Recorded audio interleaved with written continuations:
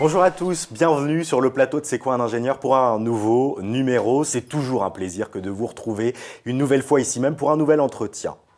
Alors aujourd'hui, je vais vous exposer un mystère. Les deux invités que l'on reçoit ont étudié dans la même école, les EPS, les mêmes années, sur le même campus, dans la même filière. Ils auraient pu se rencontrer pendant le week-end d'intégration, dans une salle de cours, dans les fauteuils de la bibliothèque universitaire. Eh bien non, c'est sur le plateau de C'est quoi un ingénieur que le destin les réunit aujourd'hui. Damien Courreau et Yann Le Sieur, bonjour. Bonjour. Et merci d'être avec nous. Drôle de coup du destin, je le disais. Alors vous êtes tous les deux diplômés de l'ESEP, l'école d'ingénieurs en informatique et environnement. Et pourtant, outre le fait que vous ne vous êtes jamais croisés tous les deux, vous avez des trajectoires assez différentes. Et ça va être très intéressant de les confronter. Alors ma première question, elle est pour vous, Damien. Vous avez commencé après le bac par faire 2 ans de classe prépa et vous avez ensuite rejoint l'ESEP dans la branche sécurité, environnement et prévention des risques. Qu'est-ce qui vous intéressait dans cette branche ? Alors dans cette école, ce qui m'intéressait, c'était vraiment l'aspect, dans cette branche en tout cas, c'était l'aspect multisectoriel, c'est-à-dire qu'en étant ingénieur SEP, donc sécurité, environnement, prévention des risques, on peut aussi bien travailler dans l'aéronautique, que dans l'automobile, que dans des branches du secteur du service. Voilà, c'était ça qui m'intéressait, c'était vraiment l'aspect multisectoriel et pouvoir travailler partout, parce que je m'intéresse vraiment à beaucoup de sujets. Donc je ne voulais pas me fixer de limites au moment du choix de mon école et de ma spécialité. Alors de votre côté, Yann, vous avez passé 2 ans en DUT, un DUT hygiène, sécurité et environnement, avant de rejoindre l'ESEP dans la même branche que Damien. Alors après un DUT, on peut normalement se lancer dans la vie active. Pourquoi vous avez choisi de prolonger vos études dans une école d'ingé ? Durant mon DUT, j'ai rencontré plusieurs personnes qui ont poursuivi leurs études sur des licences et masters ou écoles d'ingénieurs.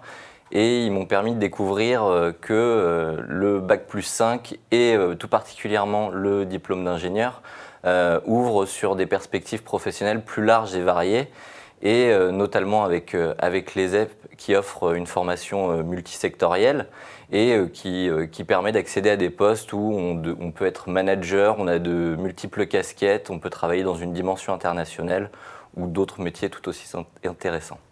Alors aujourd'hui, Damien, vous êtes responsable qualité au sein d'Exim 16. C'est un laboratoire d'essai dans le domaine de l'amiante. Est-ce que vous pouvez nous dire en quoi consiste votre activité au quotidien ?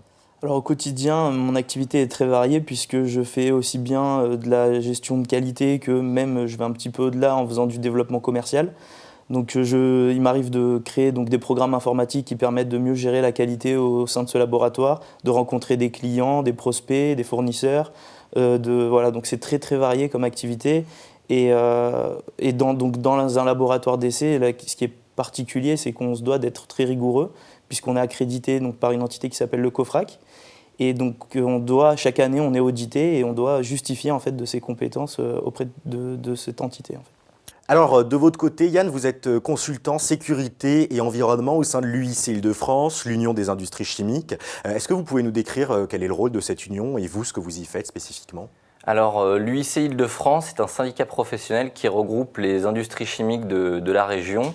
Cette industrie chimique représente en Île-de-France 25% de l'industrie chimique en France, soit à peu près 50 000 salariés et 1300 établissements. Donc l'Union des industries chimiques d'Île-de-France a un double rôle. Le premier, c'est d'accompagner les industries chimiques sur des questions de sécurité environnementale et sociale. Le second rôle, c'est de défendre et promouvoir l'industrie chimique en région Île-de-France. D'accord. Alors on arrive au milieu de cet entretien, c'est le moment de la question cash, sans langue de bois, sans concession, on se dit tout, on ne se cache rien. Je me tourne vers vous, Damien. J'ai vu que dans votre parcours, vous avez été auto-entrepreneur pendant vos études, vous réalisiez des programmes informatiques. Une fois diplômé, vous vous êtes même lancé dans la création d'entreprises avant de rejoindre votre poste de responsable qualité dans une boîte. Est-ce que l'entrepreneuriat, ça vous intéresse et est-ce qu'à terme, vous y retourneriez bien ? Complètement. L'entrepreneuriat, c'est quelque chose qui, pour moi, est essentiel, en fait, plus personnellement qu'en tant qu'ingénieur. Et effectivement, c'est un modèle de fonctionnement qui me correspond. J'aimerais vraiment y retourner. Alors actuellement, je réponds un peu on va dire à mon diplôme, c'est-à-dire que je suis en salariat dans une entreprise pour développer mes compétences que j'ai acquises dans l'école. Mais effectivement, l'entrepreneuriat, j'imagine que dans 5 ans, je me remettrai à mon compte à peu près. Alors je me retourne vers vous Yann. Aujourd'hui, je le disais, vous travaillez au sein de l'UIC Île-de-France et vous participez notamment à l'organisation du village de la chimie. Ça a lieu tous les ans en février. Vous pouvez nous parler un peu de cet événement et de vous, le rôle que vous avez dans cette organisation?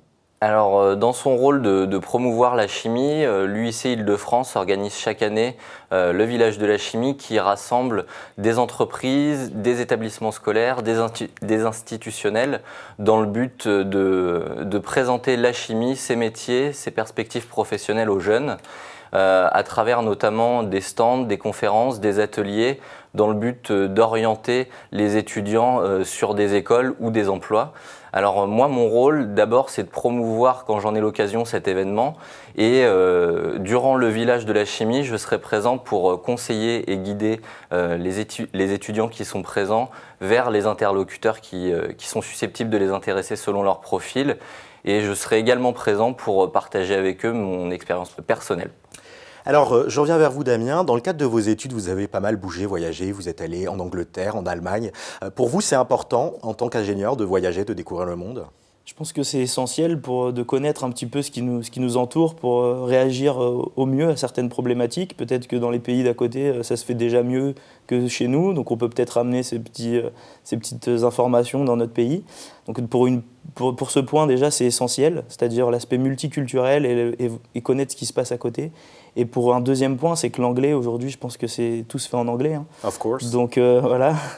L'allemand également, moi dans l'industrie, je retrouve beaucoup de textes en allemand. Yeah. Donc voilà, c'est quelque chose qui me paraît essentiel, effectivement. D'accord. Alors on arrive à la fin de cet entretien. La dernière question, elle est pour vous, Yann. Si vous deviez donner une phrase pour définir le métier d'ingénieur, qu'est-ce que ça serait? Alors pour moi, un ingénieur, c'est une personne qui doit être en mesure de s'adapter, d'être polyvalent pour le monde de l'industrie qui l'entoure. Et ben voilà, la polyvalence, c'est la clé du métier d'ingénieur. Merci beaucoup Damien Courreau et Yann Le Sieur d'avoir partagé comme ça votre quotidien d'ingénieur. Merci.